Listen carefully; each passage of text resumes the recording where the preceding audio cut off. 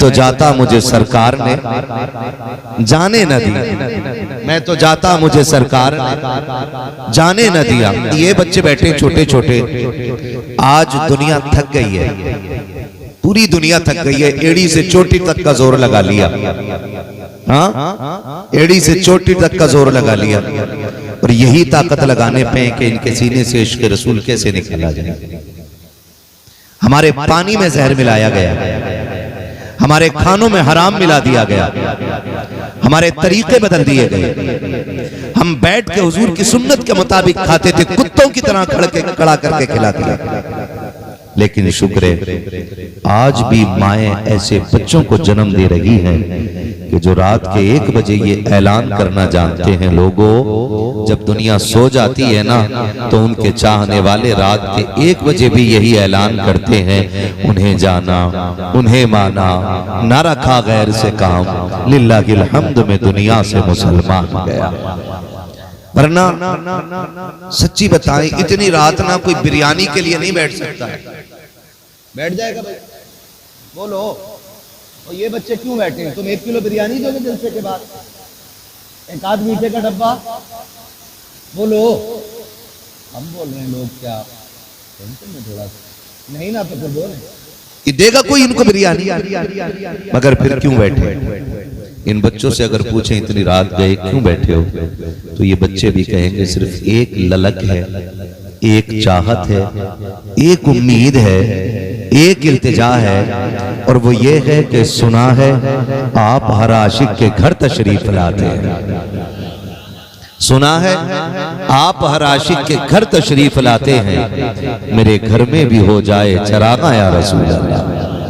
हर एक बच्चे की तमन्ना यही होगी, सरकार आ जाइए, आ जाइए, हुजूर सब पे करम किया गया, इतना करम कर दें कि मेरे घर तशरीफ ले आए।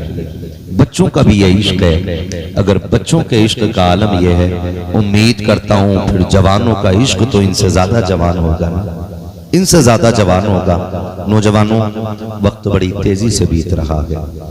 बचपन से जवानी कब आ जाती है पता ही नहीं चलता है, और जवानी से बुढ़ापा कब आ जाता है ये तो बिल्कुल ही पता नहीं चलता है, और मौत कब आ जाती है ये तो एहसास तक नहीं होता है। सुन रहे हैं इतनी बात?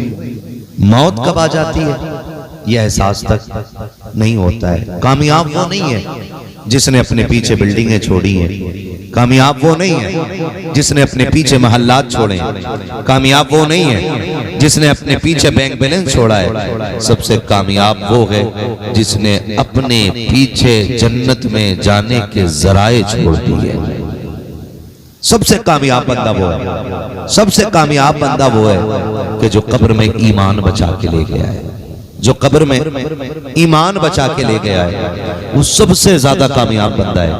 हम कोशिश करें कि अपने ईमान की भी हिफाजत करें और अपने अमल की भी हिफाजत करें। अल्लाह का शुक्र है कि उसने हमें आला हजरत अता फरमा दिए। कौन मिले हमें? बोले जोर से, एक नारा लग जाना चाहिए, इश्क मोहब्बत, इश्क मोहब्बत। अब भी कम निकल रही, थोड़ी और आवाज निकले, इश्क मोहब्बत, इश्क मोहब्बत। सुभान अल्लाह, पक्के रज़वियों में बात चल रही है, टनाटन सुननी है ना सारे। हाँ, शुक्र है आला हजरत हमारे हिस्से में है, हम आला हजरत को मानने वाले लोगों में। वरना सब गौर से सुने, बड़े चुपके से ईमान निकाल लिया जा रहा है, बड़े चुपके से। हम उस जमात से ताल्लुक रखते हैं जो हुजूर के सहाबा से भी प्यार करती है और हुजूर के अहले बैत से भी प्यार करती है। यही है ना हमारा अकीदा।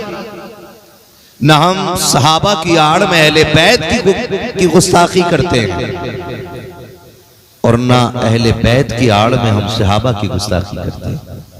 हम उस जमात से ताल्लुक रखते हैं जिस जमात का नजरिया यह है कि अहले सुन्नत का है बेड़ा पार, असहाबे हुजूर नज्म है और नाव है इतरत रसूलुल्लाह की।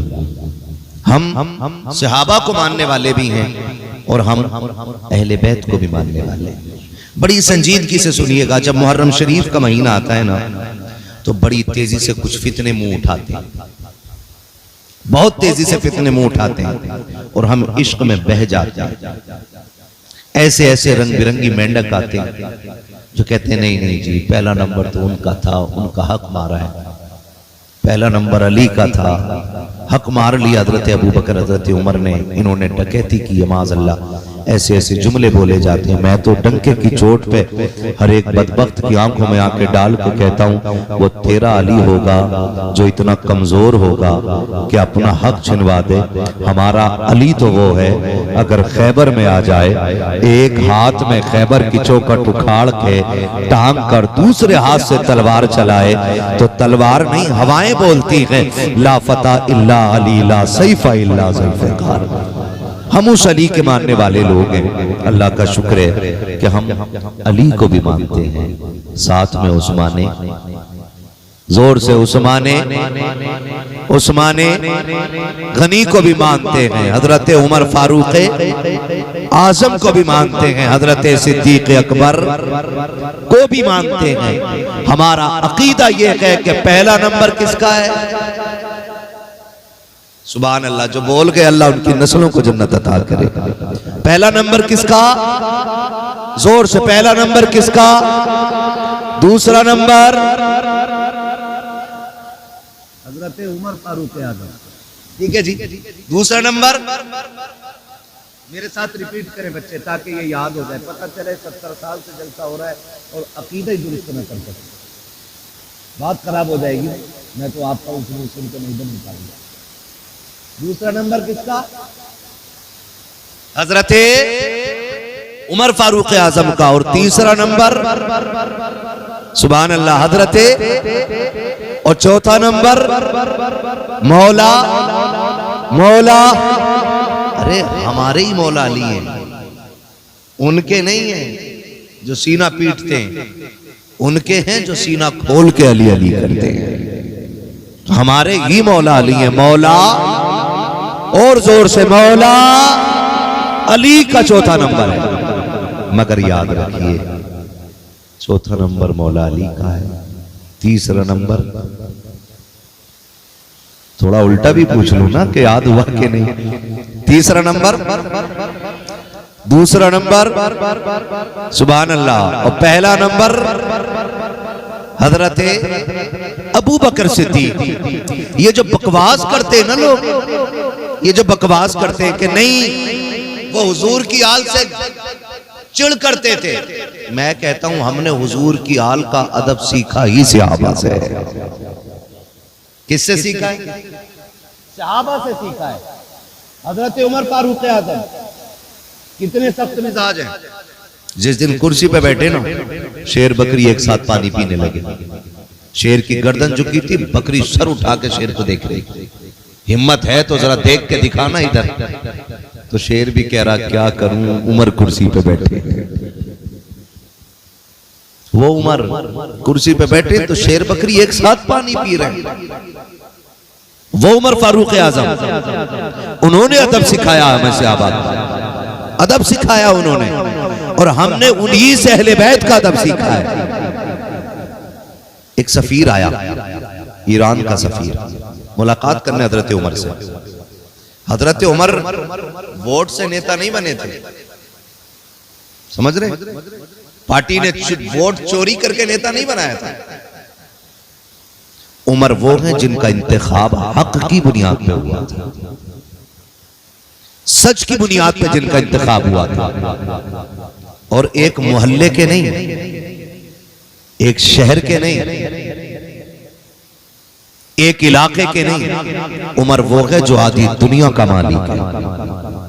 कितना हुजूर के सहाबा से जीने का चलन सीखना चाहिए। आज टके भर की दौलत आ जाए ना तो सारे पटाखे मस्जिद के गेट पे लाके फोड़े, सारे पटाखे। अब कह रहा मुखिया का लौंडा हूं, दुनिया को बता दूंगा 1.5 लाख की आतिशबाजी थी मेरे ब्याहों में। ये कंडीशन है हमारी। जरा सी टक्के भर की दौलत आ जाए तो डायरेक्ट अल्लाह से। और मेरी कौम के उलमा हुफाज कुर्रा समझाएं तो कहते चुप रहो, ब्याह बार बार नहीं होता, एक बार होता। तो सुन, अगर शादी एक बार होती है तो मौत भी एक बार आती है। सुन रहे मेरी बात? अगर शादी एक बार होती है तो मौत भी जिन्हें आनी है वो बोले। हाँ जी, सबको ही आनी तो सब बोले ना फिर। हाँ, शादी एक बार होती है, शादी के तो चांसेस हैं 4 बार कर लो, मगर वही करे जो चारों के साथ इंसाफ कर सके। हर किसी को इजाजत नहीं है, समझ रहे हैं ना?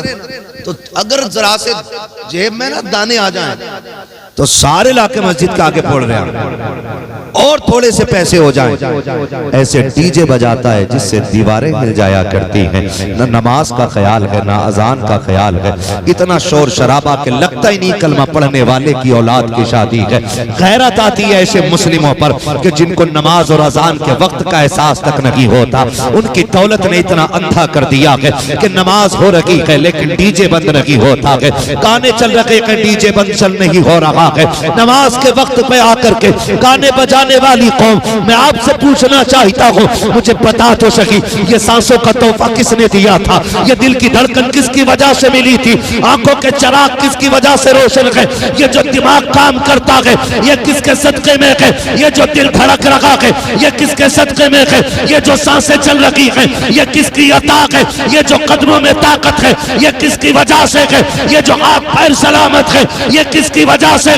तो तुम्हें कहना पड़ेगा ज़मीनो ज़मा तुम्हारे लिए, मकीनो मका तुम्हारे लिए, चुनीनो चुना तुम्हारे लिए, बने तो जगह तुम्हारे लिए, तगन में ज़बा तुम्हारे लिए, बदन में ग़िज़ा तुम्हारे लिए, हम आए यहाँ तुम्हारे लिए, उठे भी वहाँ तुम्हारे। बाबा नारे तकबीर, नारे रिसालत, मसलके आला हजरत ख्वाजा का हिंदुस्तान, हजरत अल्लामा मुफ्ती हम्माद साहिब किबला। नारे तकबीर, नारे रिसालत। वाह वाह, माशाअल्लाह, क्या बात है मुफ्ती साहब, बहुत खूब। नाराज तो नहीं है? होगे भी तो मेरी बला से। ये कुर्सी चापलूसी के लिए नहीं, ये कुर्सी जोकरी के लिए नहीं, ये कुर्सी मुस्तफा की नौकरी के लिए भी नहीं है। हाँ जी, खुदा के वास्ते निकलो इन चीजों से। हम मुसलमान हैं, हमारी मस्जिदों के आगे हम ही डीजे बजाएं और फिर कहें मरते ही जन्नत में जाएंगे। जन्नत बाप के नाम या माल में लिखी हुई जायदाद नहीं है जो मरेंगे और मिल जाएगी। जन्नत इतनी सस्ती होती तो मेरे नबी का चचा कभी कलेजे के टुकड़े न कराता। हाँ, कभी टुकड़े न कराते। जन्नत सस्ती होती तो हजरत जुनैरा आंखें न खोती। जन्नत सस्ती होती तो हजरत सुमैया के बीच से 2 टुकड़े न किए जाते। हाँ, और हमने तमाशा बना दिया दीन का। 4 दाने आगे फटा जा रहा, कह रहा ऐसा डीजे करके आऊंगा, छत हिला दूंगा। छत है बेटे, जब कब्र में फरिश्ते आएंगे बुर्ज लेकर के तो इतनी धमक तेरे 70 डीजों में नहीं जितने एक लठ में डीजे से ज्यादा धमक उनके निकलेगी। निकलो इन चीजों से। आज कौन कहां आके खड़ी है? आज पूरी दुनिया हमें मिटाने पे लगी है।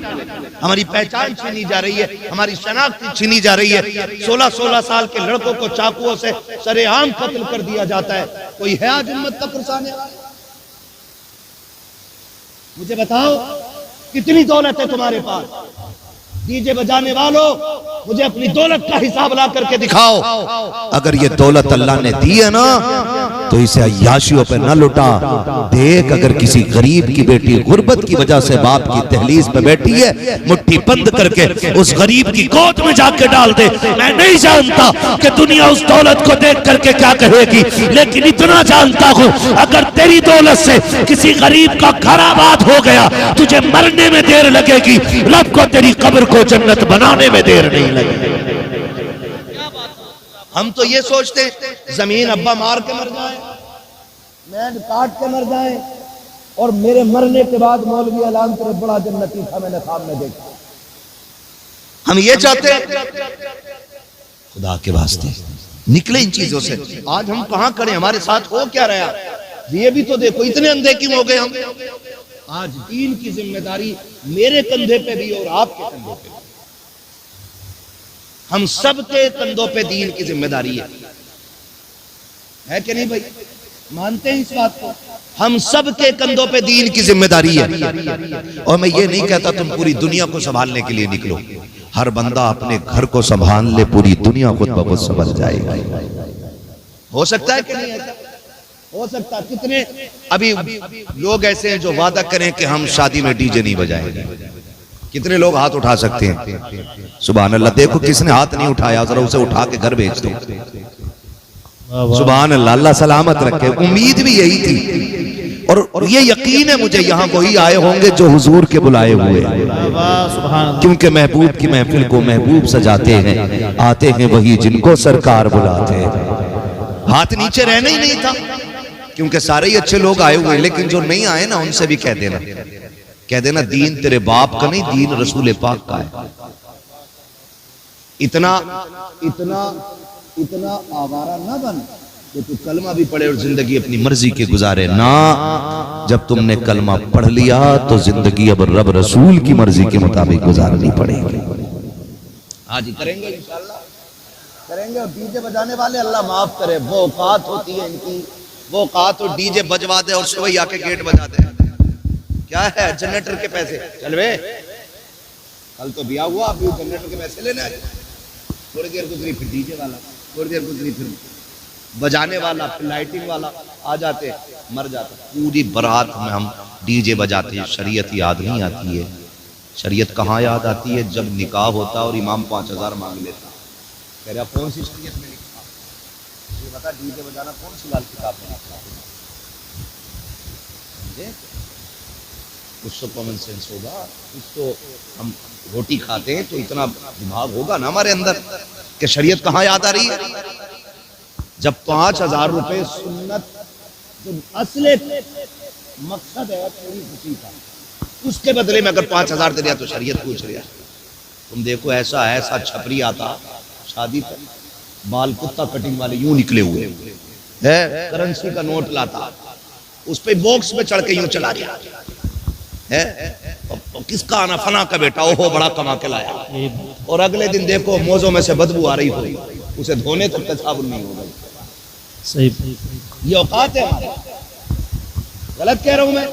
बहुत अच्छी चीजों से यार, अब वक्त इसका नहीं है। अल्लाह ने तुम्हें दौलत दी है ना, और तुम बेटे का निकाह कर रहे हो, तो जो तुम एक्स्ट्रा में नाजायज जगह पे जो तुम 2-3 लाख रुपए लगा रहे हो ना, उस पैसे को लगा के किसी गरीब का घर अपने बेटे के साथ बसवा दो। दुनिया में भी ऐश करोगे, आखिरत में भी ऐश करते नजर। वाह वाह, बहुत अच्छा। हमें काम करना चाहिए कि नहीं? क्या खूब इस्लाह है, बोलो होना चाहिए कि नहीं? हमें क्या करना है? इन चीजों से निकलना है। तो फटा जा रहा, जरा से दाने आगे तो यूं, और हद तो तब हो जाती है। 4 बेटे दिए तो हिसाब लगा रहा, कलुआ मलुआ भूरा और जुम्मा कह लो। ये मतलब एक वो नाम ले रहा हूँ फर्जी, किसी के है नहीं, मैं नाम नहीं कर रहा, एक बता रहा हूँ मिसाल के तौर पे। तो अब्बा कह रहे आप 15 लाख भूरा में मिलेंगे, 15 लाख अच्छन में मिलेंगे, 15 बब्बन में मिलेंगे, 15 जुम्मन में मिलेंगे। हराम की दौलत है, हद हो गई भाई। और हमारी बिरादरी का तो सबसे बुरा हाल है।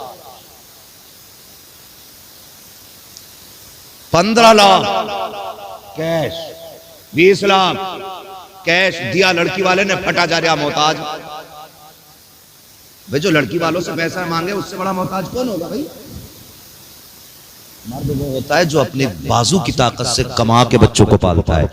वो ना मर्द होता है जो ससुराल के पैसों से अपने बच्चों को पाला करता है। 15 लाख 20 लाख इस रस्म ने कौम का बेड़ा गर्क कर दिया। बोलो ऐसे ही है कि नहीं? चल रहे नहीं? कह रहा 15 लाख, कह रहा हमारे लल्ला को 15 मिल रहे हैं, तुम कितने दिलवाओगे? बकरा है, बकरा ईद में बेच ले। अल्लाह ने बेटा दिया है तो नमरूद ना बन, शद्दाद ना बन, हमान ना बन। जो जिंदगी देने वाला है वही मौत देने वाला है। क्या तुमने नहीं देखा? बरातें निकली, दूल्हा बने, घर से निकले, निकाह के बाद पलट रहे थे, एक्सीडेंट हुआ, दूल्हा दुल्हन सारे खत्म। जिंदगी मौत का मालिक कौन? सारे बोले कौन? सारे बोले, पीछे वाले भी बोले अगर दहेज में पैसा मांगने की जाए कोई तमन्ना ना हो तो। जिंदगी देने वाला कौन? और कैमरों की आड़ में दुबक के बैठने वालों तुम भी बोलो कौन? मौत देने वाला कौन, रिस्क देने वाला कौन? तो फिर ससुर से मांग किस नियत से रहा है? मालदार होने के टाइम महबूब अलैहिस्सलाम ने फरमाया, मेरे आका का फरमान है, जो किसी लड़की से इसलिए शादी करेगा कि वो पैसे वाली है और मैं अमीर हो जाऊंगा, अल्लाह उस वक्त तक मौत नहीं देगा जब तक मोहताज ना कर देगा। इन रस्मों से भी हमें निकलना पड़ेगा। निकलेंगे भाई? ना मांगो, ना मांगो पैसे, बिल्कुल ना मांगो। लड़की वाला अपनी मर्जी से कायनात उठा के दे दे। मुझे तो शर्म आती है। पहले लोग सिर्फ बेटों के शादी में खुशी करते थे, अब तो बेटी की शादी में डीजे बज रहा, भाई नाच रहा है। कितनी बेगैरती का दौर है। इससे बड़ी बेगैरती आनी थी कौम में। ये सफेद बालों वाले लोग बैठे, इनसे पूछ लो। पहले जब बेटियां रुखसत होती थी, बाप 8 दिन पहले से खाना पीना भूल जाता था। हाँ, रोता था छुप छुप के, मेरे जिगर का टुकड़ा जुदा होने वाला है। भाइयों के चेहरे उतर जाते थे, आंखें सुर्ख रहती थी। आज तो बेगैरती की हद है। बहन की रुखसती होने वाली है और बारात में भाई नाच रहा है, पूरी रात डीजे बज रहा है। कल बेटी रुखसत होने वाली है। कौम की बेगैरती की हद तो हो गई। खुदा का वास्ता दे के कहता हूँ, ये मायूं की रस्में खत्म करो। ये हल्दी पीली बकरे मेंढक वाले तरीके बंद कर दो। हाथों में घुंघरू बांधना बंद कर दो। मर्द के बच्चे बनो, मर्द के, मुसलमान बनो मुसलमान। इन तमाम दुनियावी रस्मों से बाहर निकल आओ। ये रस्में तुम्हें तबाह बर्बाद कर देंगी। ये कौम का जनाजा निकाल देगी, गैरत का जनाजा निकाल देगी। मुझे तो हैरत होती है, कल बहन की बारात आने वाली है। पूरी रात भाई डीजे पे नाचता रहा। माँ ने भी तमाशा देखा है, भाई ने भी तमाशा देखा है। 4 दिन गुजरे गए, 4 माह गुजरे गए के बाद तलाक पे आ जाती है। फिर तावीज़ और डोरियों के चक्कर लगाते हो। फला बाबे से डोरी लेके आएंगे ताकि बेटी का घर आबाद हो जाए, फला से लेकर के आएंगे ताकि बेटी को तलाक न हो। अब कुछ नहीं होने वाला है। खुदा का वास्ता दे के कहता हूँ, आओ वो तरीके अपना लो, कल का दौर अपना लो। जब बेटियां रुखसत होती थी, बाप छुप के दीवार के साए में रोता था। भाई की आंखों के आंसू नहीं सूखते थे। जिस भाई की बहन से पूरी जिंदगी लड़ाई रहती थी, आज बहन की जुदाई पे उसकी आंखों के आंसू नहीं टूट रहे हैं। जाओ जाकर के उन बेगैरत भाइयों को बता दो जो बहन की रुखसती पे डीजे बजाते हैं, गानों की महफिलें आबाद करते हैं। तुम्हें खुदा का वास्ता दे के कहता हूँ, अगर बेटियों की रुखसती कभी ना जाए तो डीजे बजा के रब को नाराज न करना, गाने बजा करके रब के खैर को आवाज न देना। अगर बेटियों की रुखसती का वक्त आ जाए, जब दुनिया सो जाया करे, रात को मुसल्ले बिछा लिया करो, सजदों में सर रख दिया करो और रो के रब से कहा करो, ए मेरे परवरदिगार, मेरी बहन जा रखी है अजनबी लोगों में, मालिक उसकी इज्जत का करम करना, मालिक उसको जलील ना होने देना। जा तू रो के दिखा दे, खुदा तेरी बेटी की तकदीर बदल के दिखा देगा। वो तो ये कहता है, रोने के लिए मेरी बारगाह में आना तेरा काम है, तेरी बेटी की किस्मत बनाना ये मेरा काम। वाह वाह, नारे तकबीर, नारे रिसालत, मसलके आला हजरत ख्वाजा का हिंदुस्तान, असालत नगर बगा का सुन्नी मुसलमान हजरत अल्लामा मुफ्ती हम्माद साहिब किबला। नारे तकबीर, नारे रिसालत। वाह वाह, क्या बात है। तो नहीं है, बहुत अच्छा, क्या खूब। तो मसला कोई नहीं है। मैं एक पैगाम दे चुका और टाइम भी लगभग पूरा हो चुका। आपसे मेरी इतनी गुजारिश है, खुदारा निकलें इन चीजों से, निकलें। बड़ी नाजुक जिंदगी होती है बेटियों की। भाइयों को समझना चाहिए, भाइयों को समझना चाहिए। और हैरत होती है भाई, सुने, तवज्जो है भाई, 5 मिनट और ले लूं आपके। रात बहुत हो गई है, आपका शुक्रिया, बड़ी मोहब्बत से आप बैठे रहे। यकीनन करें, यकीनन। वाकई फिरोज भाई ने जैसा आपके बारे में बताया, शुक्र है, मैंने आपकी मोहब्बत उससे ज्यादा पाई है। तवज्जो है, मेरी बातों को ना सिर्फ मनोरंजन के लिए नहीं, इसको दिल पे लिख लेना और अल्लाह करे ये तब्दीली आ जाए। बहन बेटियों की जिंदगी बड़ी नाजुक होती है, बड़ी नाजुक होती है। हम अल्लाह जब बेटी देगा ना तब पता चलेगा एहसास की शय का नाम है। जानते हो, मेरे नबी के खजानों में किसी चीज की कमी नहीं थी। अल्लाह ने कुल कायनात की खजानों की कुंजियां मुस्तफ़ा को अता फरमाई है ना। बरेली से आवाज आती, मालिक कौनैन है गो पास कुछ रखते नहीं, दो जहां की नेमतें हैं उनके खाली हाथ में। लेकिन जानते हो बेटी का रिश्ता कितना नाजुक होता है। जब सैयदा कायनात सैयदा तैयबा ताहिरा आबिदा जाहिदा राकिया साजिदा हाफिजा कारिया आलिमा फाजिला मुफ्तिया सैयदा कायनात खातून जन्नत सैयदा फातिमा ज़हरा रज़ी अल्लाह तआला अन्हा, हाँ, जब ये रुखसत हो के ना हजरत अली के घर आ गई, अभी चंद दिन गुजरे थे कि हुजूर खुद चल के आ गए।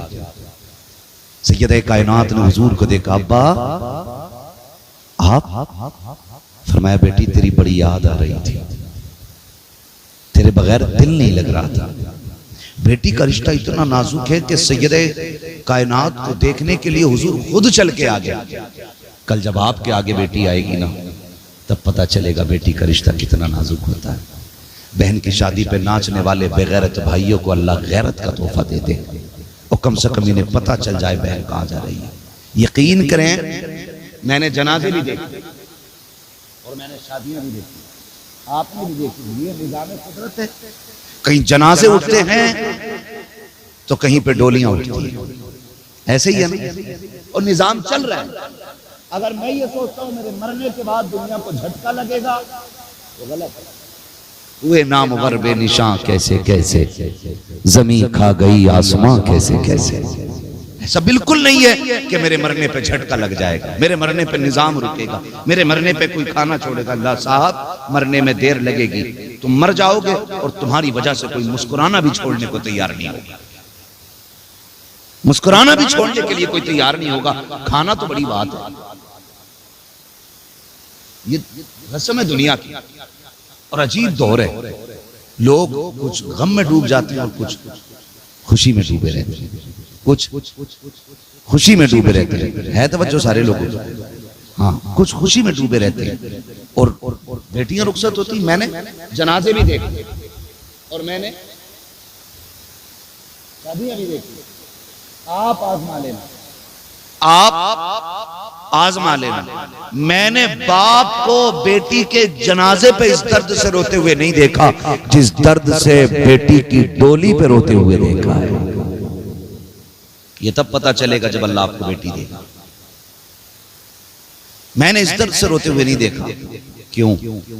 जानते हो, जब बेटी मर जाती है ना तो बाप को तसल्ली रहती है बेटी मर गई है। लेकिन जब बेटी पराए घर जाती है ना तो बाप बहुत कुछ सोचता है। देखना, कभी दीवार से लग के रोएगा, कभी कमरे में बंद होकर रोएगा, कभी खेत पे जाके रोएगा ताकि कोई देखे ना, क्योंकि ये मर्द है। कभी मुंह पे कपड़ा डाल के रोएगा, लेकिन रोता बड़े दर्द के साथ है। आप जानते हैं क्यों? उससे पूछो आप, चचा बताना, मैयत पे भी इस दर्द से नहीं रोया जिस दर्द पर रुखसती से रो रहा है। तो वो कहता है एक एहसास रुला रहा है, मैं गरीब जरूर था लेकिन बेटी को मैंने शहजादी बना के पाला था। मैं मजदूर जरूर था लेकिन अपनी बेटी को मैंने किसी के सामने रुसवा नहीं होने दिया। मैं चटनी से खिलाता था लेकिन इज्जत से खिलाता था। आज रो इस ख्याल से रखा हूं, दिया तो भरे घर में है बेटी को, पैसे वाले लोग भी हैं, लेकिन ये सोच के रो रहा हूं कि बेटी पराए हाथ जा रही है। अब रब जाने कि इसको गालियां पहले मिलेंगी या रोटी के टुकड़े पहले मिलेंगे। मैं इसलिए रो रहा हूं कि मेरी बेटी को ताने पहले दिए जाएंगे या खाना पहले दिया जाएगा। यहां रुक के ये बात भी कहना चाहूंगा, खुदा के वास्ते, अगर आप शादीशुदा हैं तो किसी की बेटी को नाजायज सताना मत, किसी की बेटी को बिला वजह रोने पे मजबूर मत करना, किसी की बेटी को इस मकाम पे लाके मत खड़ा करना कि वो सजदे में गिर के अपने रब को एक बार चीख मार के कह दे अल्लाह फैसला तू ही कर दे। अगर बेटी ने इतना कह दिया तो तुझे 70 पीर मिल के भी नहीं बचा सकते हैं। इसलिए कि जब कोई मजलूम तड़पता है तो उसकी आह सीधी जाकर के अर्श से टकरा जाती है, और जब आगे अर्श से टकराती है तो फैसले खुदा के होते हैं, और जब इंतकाम खुदा लेता है तो कोई माई का लाल बचा नहीं सकता है। इसलिए कि कायनात में अगर कोई निजाम चलता है तो परवरदिगार के हुक्म से चला करता है। वाह वाह, बहुत अच्छा, क्या अल्लाह तौफीक दे। अल्लाह राजी हो आपसे भाई, बड़ी मेहरबानी।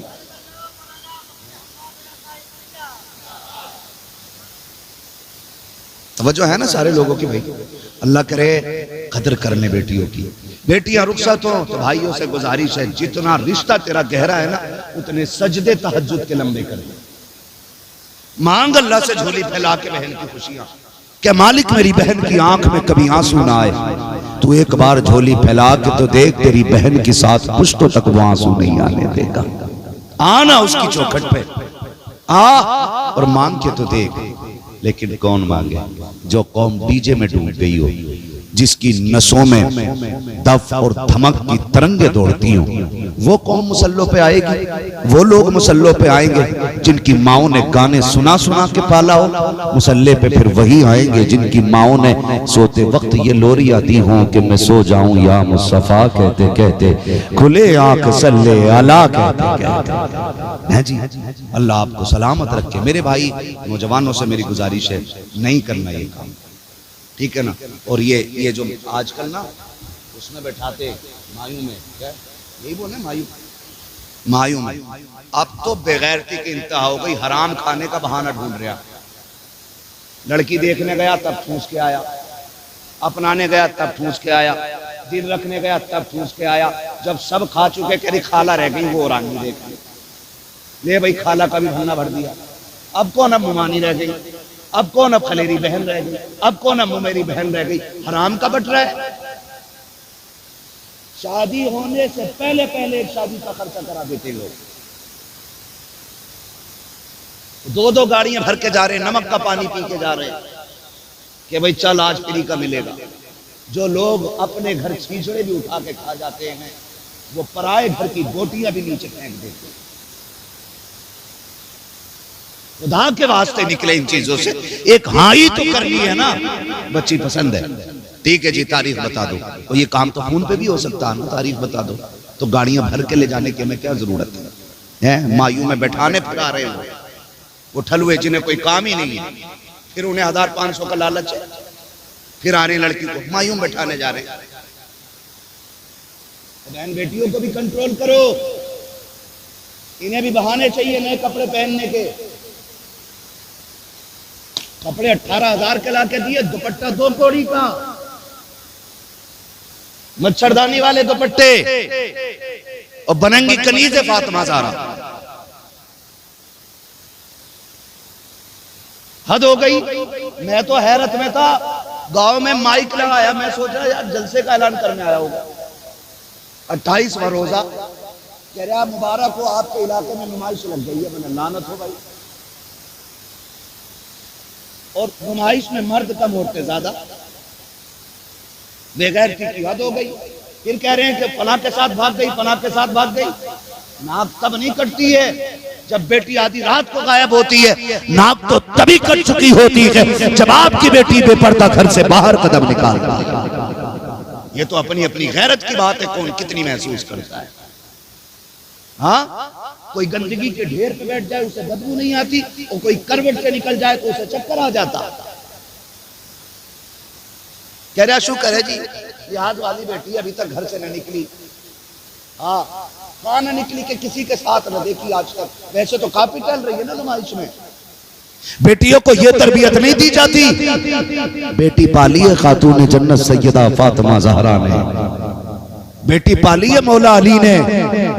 ला तारीख में कोई दूसरी ज़ैनब हो तो ला के दिखा दे, ला के दिखा एक ज़ैनब। बेटे का भाई का चोटी सेहरा है ना, तो दुपट्टा सर पे रुक ही नहीं रहा, नजर उतार रही है और दुपट्टा सड़क के नीचे, फिर रखे नाम के, फिर नीचे, फिर ऊपर, फिर नीचे। कैसा दुपट्टा जो रुक नहीं रहा। और कोई आप जी कहते यार तुम्हारी बेटी के सर पे दुपट्टा, अरे क्या ना शादी है यार, आज तो कम से कम उसे शौक पूरे करने दो। ये कह के हम उस वक्त की गलती को छुपाने की कोशिश करते हैं। मेरे भाई मुझे बता तो सही, कोई भी फंक्शन आया, हमारी बेटियों ने ऐसे कपड़े पहने कि जिनको पहनने के बाद भी नंगी नजर आती हैं, दुपट्टा ऐसा सर पे डाला कि जो पर्दे के लायक तो क्या काबिल तक नहीं था। जरा बता तो सही, तेरी बेटी शादी पे भी पर्दा छोड़ देती है, अगर कयामत में सैयदा कायनात की बेटी सैयदा ज़ैनब ने गिरबान पकड़ के कलाई पकड़ के इतना कह दिया, बता तूने भाई के शादी पे अपने सर का दुपट्टा उतार दिया, बहन के निकाह के मौके पे तूने दुपट्टा उतार दिया, हमसे पूछ इस चादर की कीमत क्या है। अकबर की लाश सामने पड़ी थी लेकिन फूफी ने चादर नहीं उतारी थी, भांजों की लाशें सामने पड़ी थी लेकिन हमने चादर नहीं उतरने दी थी, मेरे अपने बेटों के टुकड़े सामने थे लेकिन मेरे सर की चादर नहीं उतरी। और तो गद्दो तब हो गई जब मेरे हुसैन के गले को काटा गया, ज़ैनब की चादर नहीं उतरी।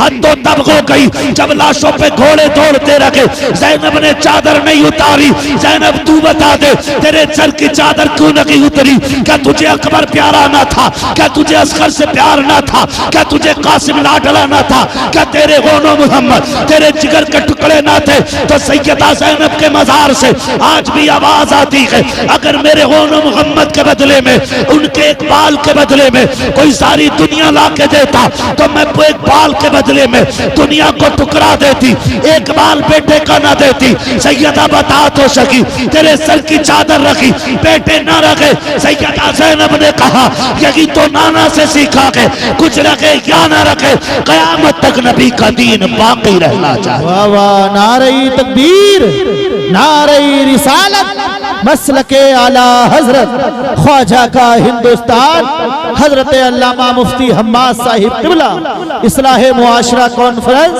नारे तकबीर, नारे रिसालत। वाह वाह, बहुत कितने लोग अच्छा। हुसैनी है, अगर हाथ उठा के बता दें। सुभान अल्लाह, सारे हुसैनी हैं। अल्लाह सबको करबला वालों के सदक़े में जन्नत का हकदार बना दे।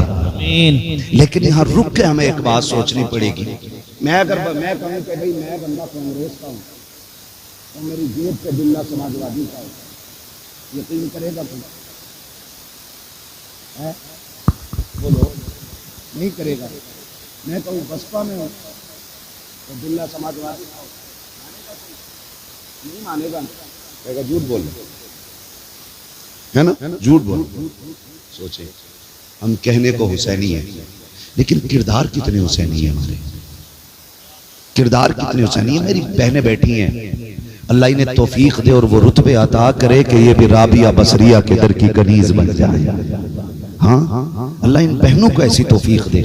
हम जानते हैं अगर बहनें पारसा हो जाए ना तो इनके गैरत वाले हाथों की रोटी खाने वाला भाई कभी बेगैरत नहीं हो सकता है। इतना तो हम भी जानते हैं, अगर बहन गैरत वाली होगी तो उसके हाथ के टुकड़े खाने वाला भाई भी गैरत वाला ही बनेगा। और बहनों के सर की चादरें उतर जाए ना तो जितनी चाहे तस्वीर लगा ले, जितनी चाहे ऊंची टोपी लगा ले, जो लुक में खा रखे हैं वो अपनी बेगैरती के असर से आपके खून को बाज नहीं रहने देंगे। ये सबसे ज्यादा जरूरी काम, सबसे ज्यादा जरूरी काम है। मैं सिर्फ एक बात करना चाहता हूँ, मुझे तो हैरत होती है कैसा पर्दा सैयदा ज़ैनब का था, कैसा पर्दा सैयदा ज़ैनब का था कि करबला से दमिश्क, शाम, फिर मदीना, सारा सफर हो गया लेकिन किसी गैर महरम ने ज़ैनब का चेहरा ही नहीं देखा था। एक मुहर्रम से 10 मुहर्रम तक हलीम खाते खाते दांत तोड़ने वाली कौम की बेटियां जब नंगी नजर आए ना तो फिर सवाल तो बनता है ना कि हमने बेटियों को क्या सुना के पाला, क्या सुना के हमने बेटियों को पाला है? हमने वो कपड़े लाके दे दिए जिनमें बेगैरती की हद हो गई। खुदा के वास्ते तारीख का बाब देखें, कितना ताज्जुब होता है कभी कभी जब यजीद के दरबार में ना अहले बैत अतहार के अफराद थे, बच्चियां थी, बेटियां थी, शहजादियां थी। सुने, अल्लाह करे ये बात दिल में उतर जाए। सुन रहे मेरी बात? जब दरबार में खड़े थे ना, पहली बात तो सुबह से शाम तक दरवाजे पे अहले बैत का काफिला खड़ा रहा। इतना बदबख्त था यजीद कि जन्नत उसके दरवाजे पे खड़ी रही थी, लेकिन अपने लिए वो जन्नत के दरवाजे ना खोल सका। सुन रहे मेरी बात? अपने लिए जन्नत के दरवाजे न खोल सका। बताना ये चाहता हूं, जब उसके दरबार में अहले बैत की शहजादियों को पेश किया गया, एक एक से तारुफ करा रहे, ये कौन है, ये कौन है, ये कौन, एक एक का नाम पूछ रहे हैं। सुनो बहुत गौर से, नाम पूछते पूछते, नाम पूछते पूछते जब बात सैयदा कायनात की बेटे की बेटी सैयदा सकीना तक पहुंची ना, उसने कहा ये कौन है? तो एक खातिमा ने कहा कि ये हुसैन की बेटी सकीना है। उसने कहा मैं इसके मुंह से सुनना चाहता हूं, ये बताए ये कौन है? उसने कहा तू बता तेरा नाम क्या है और तू कौन है? कोई जवाब ना है। फिर उसने कहा कौन है तू? इमाम ज़ैनुल आबिदीन ने फरमाया जालिम, कुछ तो गैरत कर, सकीना के गले की रस्सी का फंदा इतना टाइट है कि आवाज नहीं निकल रही है। पहले कुछ फंदा तो ढीला हो तब तो बात करे ना सकीना, तब तो बात करे ना सकीना। उसने एक अपने फौजी को इशारा किया, जा रस्सी का फंदा खोल। दम घुट रहा है, सांसें अटक रही हैं, हर कोई ये चाहता कोई मुझे बचा ले। जब फंदा इतना टाइट हो कि गला लग रहा हो, एक फौजी आगे बढ़ा, हजरत सकीना दौड़ के हजरत ज़ैनब के पास पहुंच गई। वो फौजी वहां गया, वहां से हटी इमाम ज़ैनुल आबिदीन के कदमों में आ गई। कहा क्या मामला, ये फंदा ढीला क्यों नहीं करने देती? तो इमाम ज़ैनुल आबिदीन ने कहा कुछ तो गैरत कर और जरा शर्म कर, देखता नहीं अली के घर की बेटी है तो 7 साल की, लेकिन सकीना को यह भी गवारा नहीं है कोई गैर मर्द हमारे जिस्म को हाथ लगा दे। तारीख गवाह है, इमाम ज़ैनुल आबिदीन ने अपने हाथ से फंदा ढीला किया था। आज कितनी बेगैरती हमारे घरों के अंदर आ गई है, कोई हिसाब है? इसे कल्चर कहते, इसे फैशन कहते। और बेटियां, अल्लाह माफ करे, अगर किसी शरीफ की शरीफ दादी भारी कपड़े पहन के सर छुपा के और चादर नीचे डाल के आ जाए ना, कहते हैं दकियानूसी सोच है। पहले जमाने की अनपढ़ है, अनपढ़ दिमाग। ऐसे दौर में कोई इतने भारी दुपट्टे ओढ़ रहा, तो मैं कहता हूं वो अंधेरा की भला था कि कदम राह पे थे, रोशनी लाई है मंजिल से बहुत दूर हमें। खुदा के वास्ते अपने घरों में पर्दा दे दो और इतना अच्छा कर दो अपने घरों को कि हमारे घरों में अल्लाह फिर से हुसैन तो न सही लेकिन हुसैन के गुलाम पैदा फरमा दे। मैं फिर ये बात कहूंगा, हर जलसे में कहता हूं, एक बंदी ने गैर मुस्लिम थी और लेक्चर देते हुए एक बात पूछी। उसने कहा कि 1400 साल हो गए मुसलमानों में, आज तक एक ही हुसैन हुआ है, दूसरा क्यों नहीं? गैर मुस्लिम का ये सवाल था लेक्चर देते हुए। 1450 साल में मुसलमानों में एक ही हुसैन पैदा क्यों हुआ? कोई जवाब न मिला। कोने से बूढ़े ने उठ के कहा मैं बताऊं? कहा क्या? कहा सुन, आज तक 1450 साल हो गए, कोई फातिमा भी तो दूसरी दुनिया में नहीं आई है। तुम मुझे फातिमा ला के दे दो, मैं तुम्हें हुसैन ला के दिखा दूंगा। पता ये चला माए पारसा होती हैं तब बेटे हुसैन बनते हैं, माए पारसा होती हैं तब बेटे हसन बनते हैं, माए पारसा होती हैं कुरान की कारिया होती हैं तब बेटे नेज़े पे चढ़ के कुरान पढ़ा करते हैं। हुसैन को नेज़े पे कुरान पढ़ना था क्योंकि माँ ने दूध पिलाया ही कुरान सुना के था। इसलिए माँ बहनों से गुजारिश है, हम आप अपने मुआशरे को खूबसूरत करें। गानों की रस्में, ढोल तमाशे ये सारे बंद कर दें। अगर गाने बजाने तो जहेज में कुरान देना बंद कर दो। अगर डीजे पे बारात लानी है तो फिर कुरान लेकर ना जा। औकात दिखा अपनी कि तू वो कुत्ता है जिसे अल्लाह रसूल से कोई प्यार ही नहीं, मैं डीजे लेके आया था, कुरान से मतलब नहीं। और अगर कुरान से मतलब है तो डीजे बंद करो और दुनिया को बता दो हम कल भी कुरान वाले थे, हम आज भी कुरान वाले हैं और कल भी कुरान वाले रहेंगे इंशाअल्लाह। करेंगे इंशाअल्लाह ये कोशिश, करेंगे इंशाअल्लाह ये कोशिश। मैं अर्ज कर रहा था हज़रत उमर फारूक आज़म से, हमने अहले बैत का अदब सीखा। कहाँ खोले हैं गेसू यार ने, खुशबू कहाँ तक है। फिरोज लल्ला भी तो तकरीर शुरू हो रही है। थक गए? नहीं ना, चलें फिर आगे। हमने अदब भी सहाबा से सीखा है। हजरत उमर फारूक आज़म आदि दुनिया का बादशाह है ना, सफीर आया ईरान का, सफीर आया और सफीर ने कहा कि जी मुझे तन्हाई में थोड़ी बात करनी है आपसे, बात करनी है तन्हाई में। कहा ठीक है। आप अपने दारुल खिलाफा में गए और अपने बेटे से कहा, अब्दुल्ला इब्ने उमर से कहा, सुन गेट पे खड़ा हो जाओ, कोई भी आ जाए अंदर आने मत देना, मैं बड़ी जरूरी मीटिंग कर रहा हूं। ये कौन कह रहा है? हजरत सुभान अल्लाह, हजरत, आपको बात याद है ना, हजरत उमर कह रहे कोई भी आ जाए अंदर आने मत देना। हजरत अब्दुल्ला इब्ने उमर, हजरत उमर के बेटे खड़े अंदर। हजरत उमर एक सफीर से बात कर रहे हैं।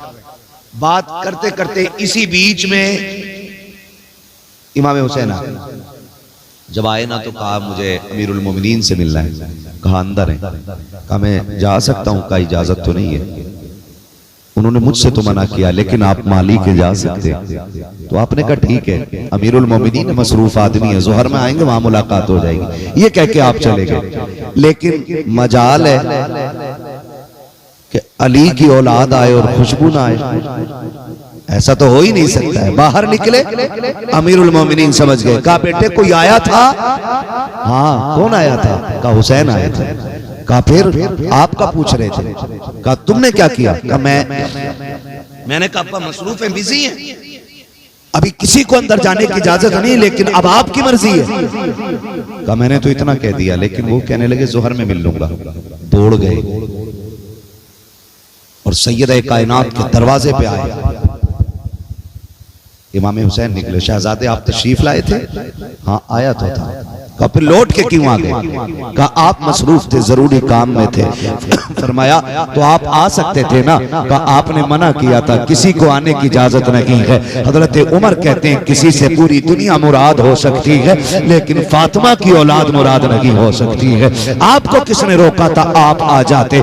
इतना कहने के बाद हजरत उमर कहते हैं शहजादे खता हो गई हो तो माफी चाहता हूँ। हजरत उमर फारूक आजम के इस हाल को देखकर मेरे इमाम ने कहा था आप अमीरुल मोमिनीन हैं, मैं आपकी मसरूफियत को समझता हूँ। मेरे इमाम के इस जुमले को सुनने के बाद हजरत उमर ने अपना मामा उतारा, हुसैन के कदमों पे रखा। कहा शहजादे माफी चाहता हूँ। उठाया हजरत हुसैन ने। कहा चाचा आप ये क्यों कर रखे हैं? कहा आप अमीरुल मोमिनीन हैं। हजरत उमर ने चीख मारी और रो के कहा था शहजादे आज उमर को जो भी पावर मिली है ये इसकी वजह से नहीं, बल्कि आपके नाना के जूतों के सदके में खुदा ने अता फरमाया।